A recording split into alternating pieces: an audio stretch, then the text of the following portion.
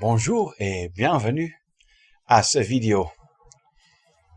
Dans cette vidéo, j'aimerais répondre à une question. Que sont les Samaritains? Quelle est l'origine de ce peuple?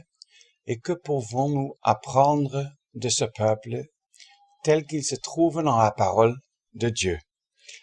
Pour répondre à cette première question, quelle est leur origine? Nous devons tourner vers le deuxième livre des Rois, chapitre 17, où nous trouvons que les 10 tribus, le royaume du nord en Israël, a été exilé, amené très loin par le roi d'Assyrie. Toute la population a été transportée ailleurs. Ce qui est arrivé ensuite, c'est que le pays est abandonné à lui-même, ce qui n'était pas propice pour le roi, parce que s'il n'y a pas d'agriculteurs, alors il n'y a pas d'impôts non plus qui sont payés. S'il n'y a pas de commerçants, le roi n'a aucun profit du pays qu'il possède en principe. Et c'est pour cela que nous lisons dans la parole de Dieu, 2 Rois 17, verset 24. Et le roi d'Assyrie fit venir des gens de Babel et de Kut et d'Ava et d'Hamat et de Sepharvaïm et les fit habiter dans les villes de la Samarie à la place des fils d'Israël. Et ils possédèrent la Samarie et habitèrent dans ces villes. Et il arriva quand ils commencèrent d'y habiter qu'ils ne craignaient pas l'Éternel, et l'Éternel envoya contre eux des lions qui les tuaient. Et on parla au roi d'Assyrie, disant, les nations que tu as transportées et que tu as fait habiter dans les villes de Samarie ne connaissent pas la coutume du Dieu du pays.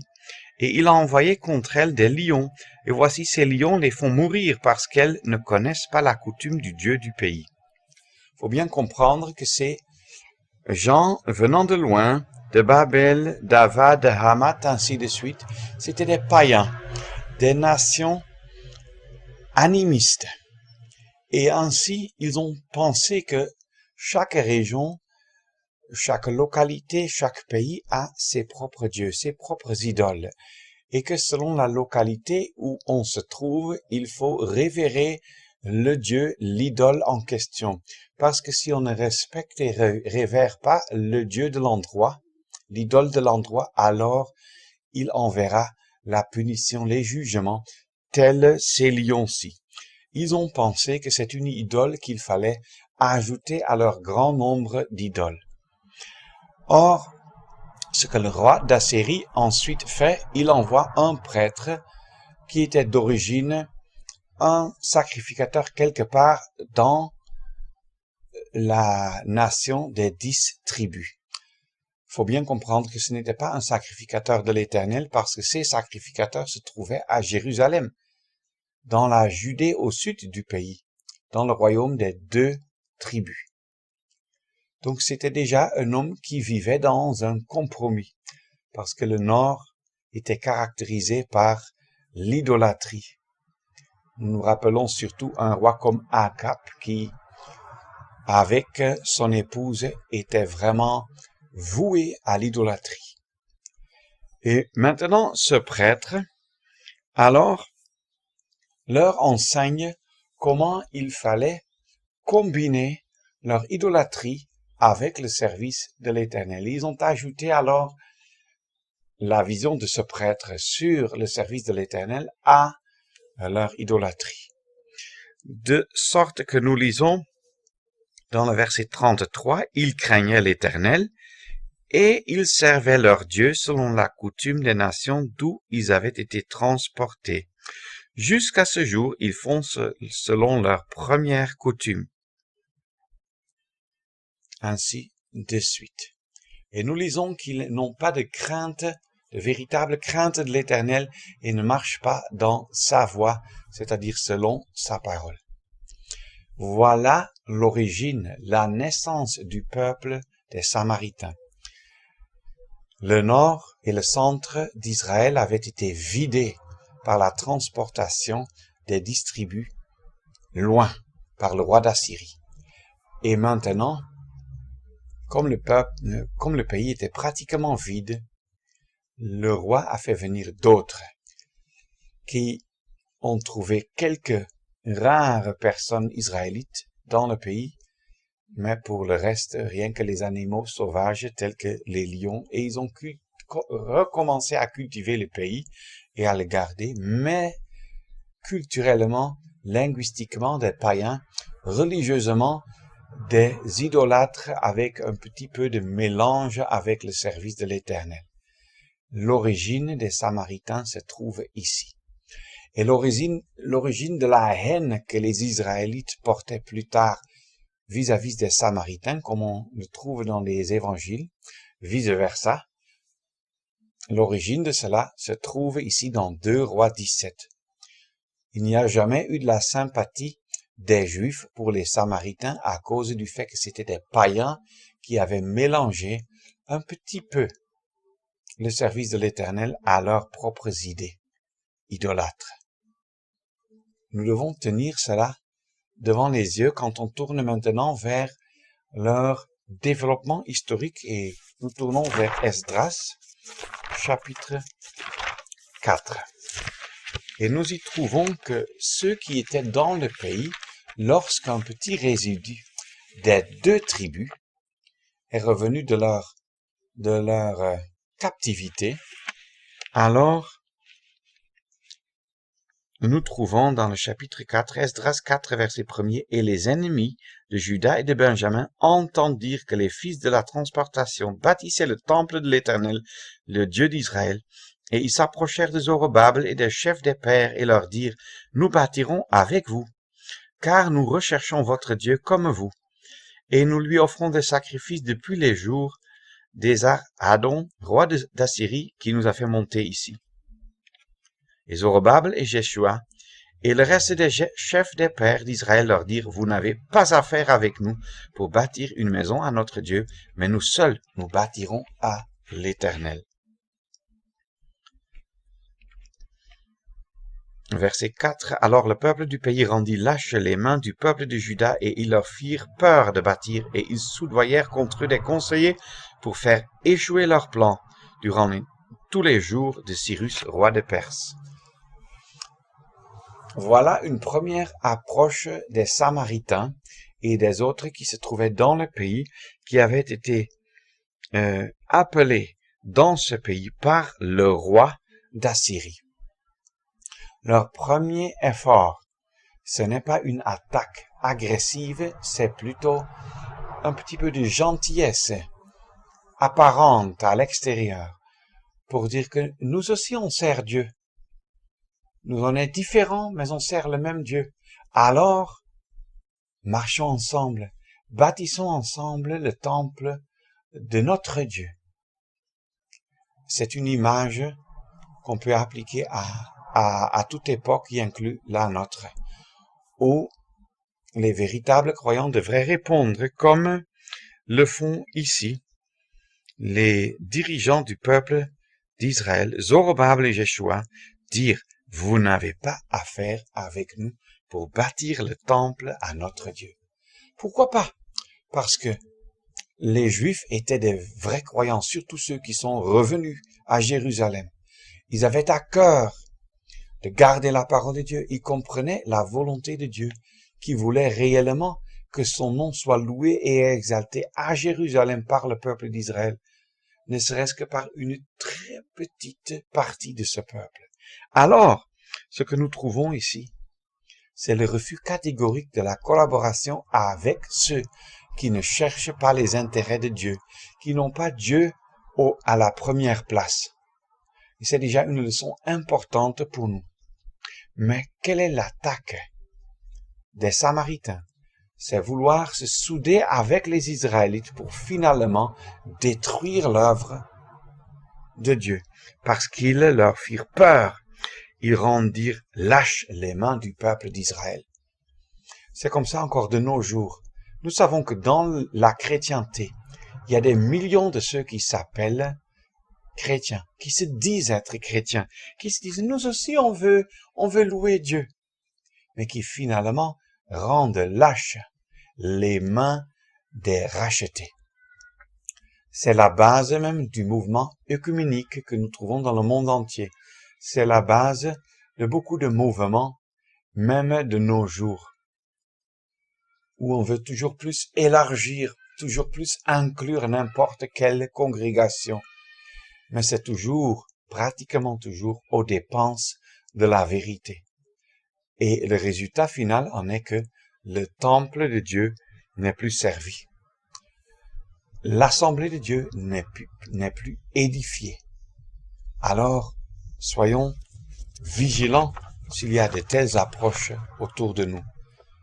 Ce n'est pas un chemin populaire de rester séparés, mais c'est le chemin de la parole de Dieu, le chemin de la séparation d'avec le mal, d'avec le monde, d'avec le système chrétien, même finalement d'avec des groupes où se trouvent pas mal de croyants sincères dans leur vie personnelle, mais qui tolèrent dans leur milieu ce qui n'est pas droit aux yeux de Dieu. On ne peut pas collaborer avec eux, on peut les aimer, on peut parler avec eux, on peut s'entretenir. C'est des membres de la famille de Dieu, mais on ne peut pas s'unir à eux pour construire, dans ce langage illustratif, le temple de Dieu. Alors nous tournons vers Néhémie 4, où nous trouvons encore une fois les Samaritains. En Esdras 4, nous trouvons la ruse qui veut détruire de par l'intérieur. En Néhémie 4, nous trouvons l'opposition forte, la honte, l'opprobre venant tout droit de l'extérieur. Néhémie 4, verset 1er. Il arriva que lorsque Sanballat apprit que nous bâtissions la muraille, il se mit en colère et fut extrêmement irrité, et il se moqua des Juifs, et il parla devant ses frères et devant l'armée de Samarie, des Samaritains donc, et dit, que font ces faibles Juifs? Les laissera-t-on faire? Offriront-ils des sacrifices? Achèveront-ils en un jour? Feront-ils revivre les pierres des monceaux de poussière quand elles sont brûlées? Et dans le verset 4, Néhémie dit, « Écoute, ô notre Dieu, car nous sommes méprisés, et fais retomber leur outrage sur leur propre tête. » C'est l'outrage, c'est la honte qu'ils jettent sur Israël et sur le nom de Dieu. C'est la moquerie. C'est ce qui caractérisait les Samaritains. En Esdras, c'était la construction du temple, c'est-à-dire de faire revivre le culte, l'adoration donnée à Dieu. En Néhémie, c'est plutôt le fait de construire le mur de la séparation autour de la ville de Jérusalem. Un mur avec des portes et des verrous. Pourquoi? Pourquoi ces portes? C'est pour faire entrer ce qui est bon. C'est pour faire entrer tout un chacun qui vient avec la bonne motivation et pour exclure tout ce qui n'est pas selon les pensées de Dieu. Voilà encore pourquoi, autour de l'Assemblée de Dieu, il faudrait aujourd'hui un mur de séparation, mais avec des portes, c'est-à-dire la possibilité d'accès pour tout croyant qui se sépare d'avec le mal, qui se sépare d'avec l'iniquité, pour venir adorer Dieu à l'intérieur de ces murs, mais aussi des portes pour jeter dehors tout ce qui n'est pas la gloire de Dieu. Et pour malheureusement aussi refuser tout un chacun qui ne veut pas se dissocier d'avec le péché, d'avec l'iniquité, d'avec le déshonneur jeté sur le nom du Seigneur. Alors, ces caractéristiques qu'on trouve dans le deuxième livre des rois, Esdras, Néhémie, c'est la raison pourquoi un Samaritain dans le Nouveau Testament était haï par les Juifs. Et ce n'est pas pour rien que nous trouvons donc même encore ces mêmes caractéristiques dans l'Évangile selon Luc chapitre 9 et au verset 51 où nous lisons que le Seigneur Jésus, deuxième partie du verset, dressa sa face résolument pour aller à Jérusalem. verset 52, « Ils s'en étant allés, ils entrèrent dans un village de Samaritains pour lui préparer un logis, et ils ne le reçurent point, parce que sa face était tournée vers Jérusalem. » Nous voyons, encore des siècles après, 2 Rois 17, Esdras 4, Néhémie 4, une forte opposition et une haine du peuple des Samaritains contre Dieu, contre son temple, contre sa sainte ville, contre le culte rendu à Dieu, à l'endroit même que Dieu avait indiqué, et contre le Fils de Dieu, de sorte que même Jacques et Jean se mettent en colère et voudraient que le feu descende du ciel pour dévorer ce village des Samaritains. Mais le Seigneur, dans sa grâce, est patient et miséricordieux. Et se tournant, il les censura fortement et dit, « Vous ne savez de quel esprit vous êtes animés. » Non, il ne voulait pas que le feu descende en ce moment-là. Le feu va descendre à l'avenir lorsqu'il viendra en gloire et en majesté sur la terre. Contre toute opposition, tout ennemi sera détruit. Mais, ici en Luc, il était venu comme le Fils de l'homme, en humilité, en grâce. Mais il n'a pas fait changer son chemin. Il avait dressé sa face pour aller à Jérusalem, pour y donner sa vie en rançon pour plusieurs, même pour les Samaritains. Alors, ce qui est intéressant ensuite, c'est aussi que même envers des Samaritains, le Seigneur use de grâce. Et nous le trouvons dans le livre, dans le même évangile, Luc chapitre 17, et le verset 15 et suivant, ou plutôt 11 et suivant, nous trouvons 10 lépreux. La lèpre, type comme ça se trouvait à l'époque en Israël, on la trouve décrite dans le livre de Lévitique chapitre 13, en ce qui concerne la lèpre attachée à une personne. C'était une maladie affreuse et contagieuse, dangereuse.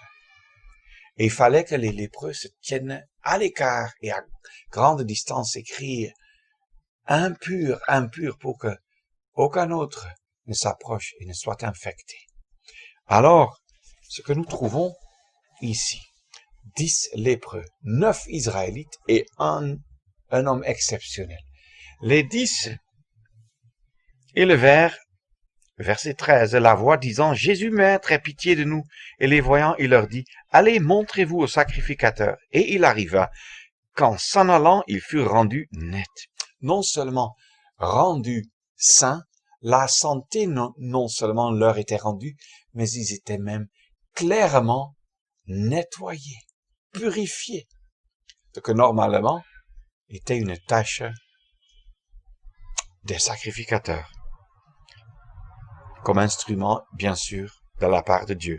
Or, l'un d'entre eux, voyant qu'il était guéri, revint sur ses pas, glorifiant Dieu à haute voix, et il se jeta sur sa face aux pieds de Jésus, lui rendant grâce, et c'était un Samaritain.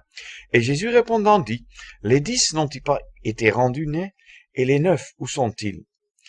Il ne s'en est point trouvé qui soit revenu pour donner gloire à Dieu, si ce n'est cet étranger. » Cet étranger, ce Samaritain, a imploré la grâce de Dieu, et du Fils de Dieu, je dois dire, comme les 9 autres. Il a été rendu net comme les 9 autres, mais lui seul est revenu sur ses pas, glorifiant Dieu, s'est jeté à genoux, jeté à terre devant le Fils de Dieu, et a rendu gloire à Dieu, au Fils de Dieu. Se jeta sur sa face aux pieds de Jésus, lui rendant grâce. Et plus tard, le Seigneur Jésus dit qu'il soit revenu pour donner gloire à Dieu. Voilà un Samaritain qui, à l'opposition de ceux qu'on avait trouvés dans le chapitre 9, non seulement a accepté Jésus dans son village, mais beaucoup plus, a accepté Jésus-Christ dans sa vie et a reconnu sa puissance divine, a reconnu qui Jésus-Christ était en réalité, Dieu devenu homme pour sauver, alors il revient pour donner gloire à Dieu. Mais quelle joie!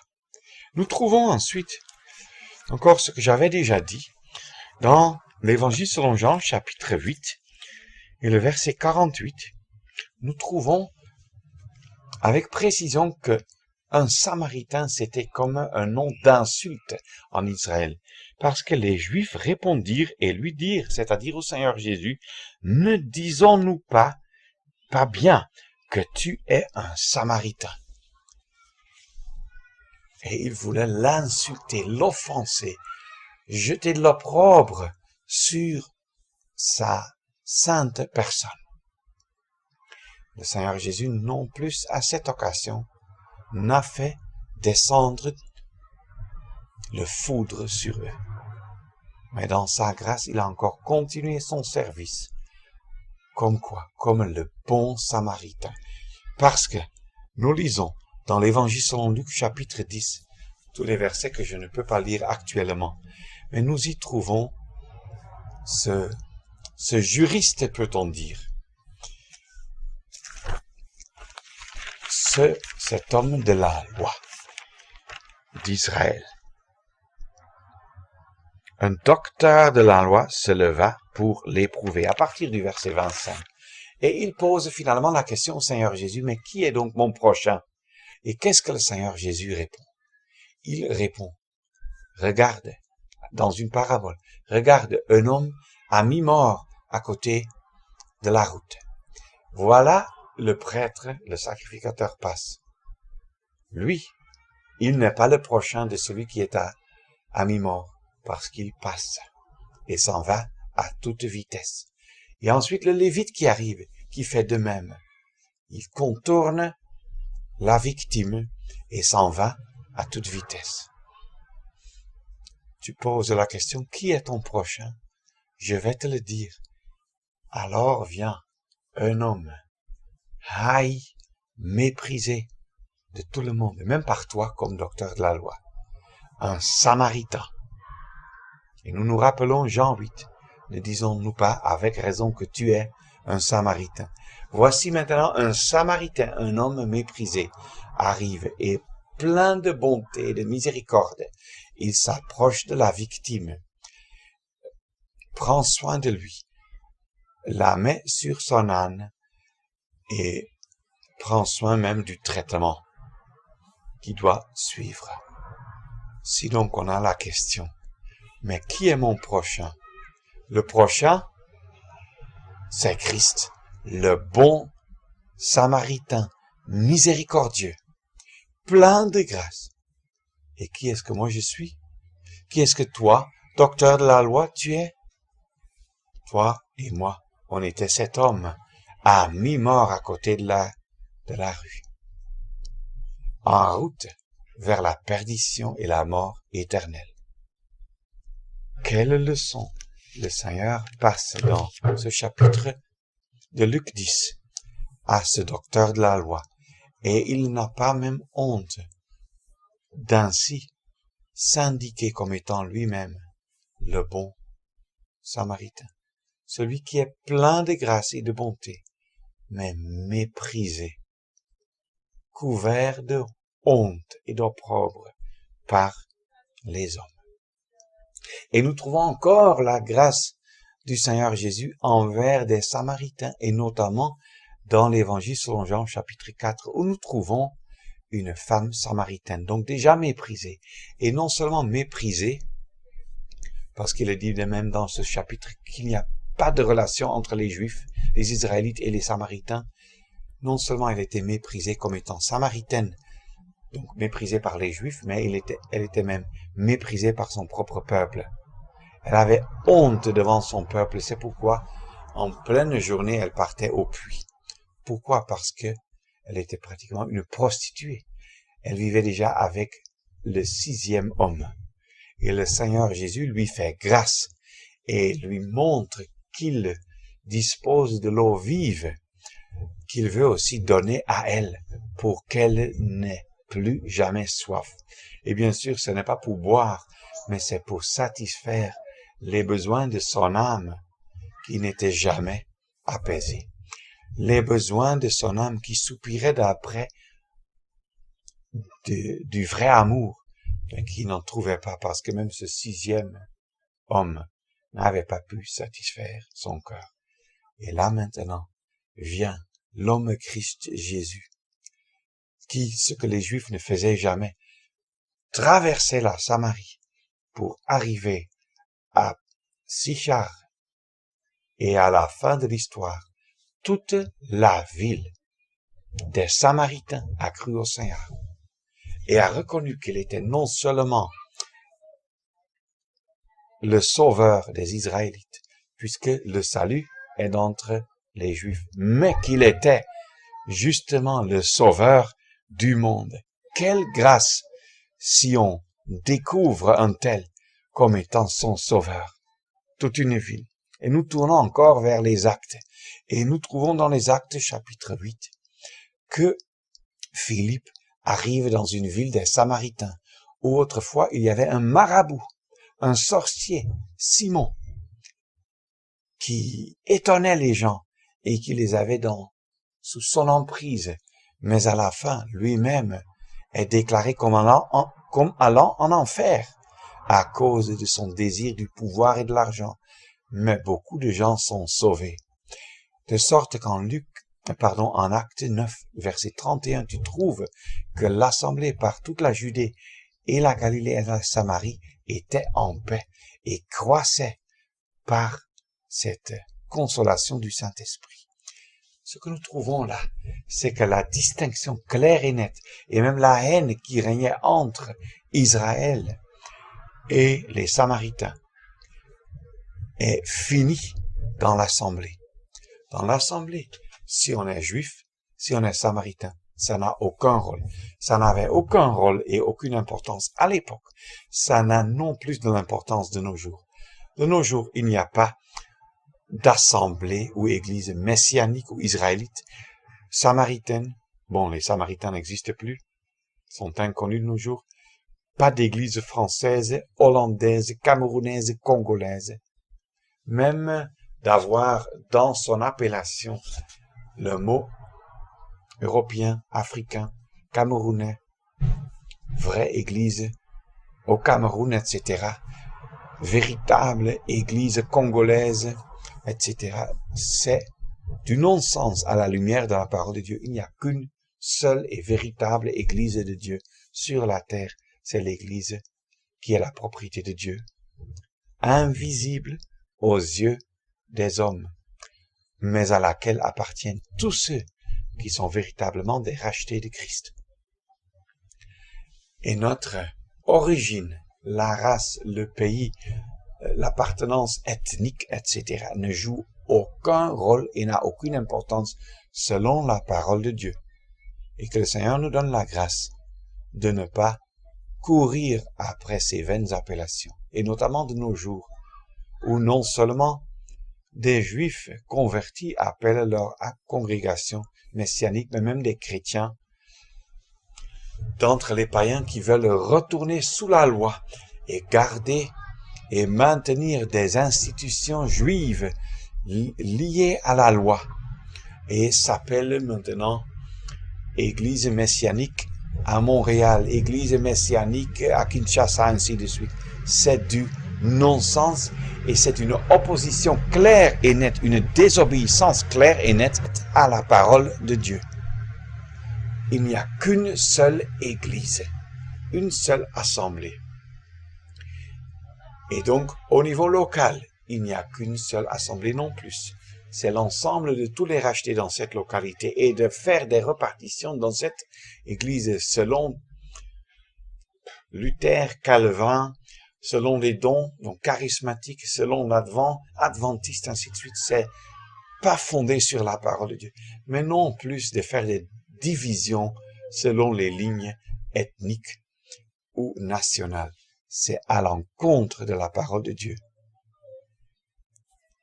Acte 9, verset 31 nous a appris que même les croyants plutôt dans la Samarie étaient unis indissolublement avec les croyants dans la Galilée et dans la Judée, qui étaient d'origine juive. La dernière fois que nous lisons sur quelque chose sur les Samaritains souligne encore le même point, c'est dans les Actes, chapitre 15 et le verset 3, où nous lisons « Eux donc, ayant été accompagnés par l'assemblée à Antioche, traversèrent la Phénicie et la Samarie, racontant la conversion des nations, et ils causèrent une grande joie à tous les frères. Et étant arrivés à Jérusalem, ils furent reçus par l'assemblée et les apôtres et les anciens. » C'est le serviteur qui se déplace de l'assemblée à Antioche, traverse la Phénicie qui était une région païenne située de nos jours au Liban, arrive ou traverse même la Samarie et partout où ils arrivent, ils racontent ce que Dieu a fait jusqu'à cette ville nordiste d'Antioche. Et le résultat, c'est une grande joie jusqu'à Jérusalem. Les païens et les juifs convertis formaient une seule assemblée et avaient une grande joie sur le même sujet, à savoir que l'évangile s'est répandu. Les gens se sont convertis, venus des ténèbres à la lumière et sont devenus membres du seul corps de Christ, de la seule et unique Église de Dieu. Quelle joie! C'est la fin des Samaritains. Le peuple des Samaritains a disparu. Probablement autour de l'an 70, quand Tite, le général romain, a détruit Jérusalem. Au même moment aussi, c'était la fin du peuple des Samaritains. Mais les croyants d'entre les Samaritains étaient membres de l'assemblée. Quelle joie que ce qui avait très mal commencé, avec ce mélange entre l'idolâtrie pure, avec un peu d'éléments du culte de l'Ancien Testament pour le vrai Dieu, que ça finit par la conversion et par une grande joie de Samaritains sur ce que l'Évangile est proclamé. Quelle joie!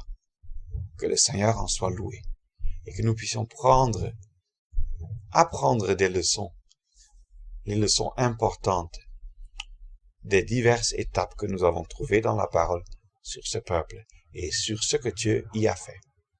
Merci.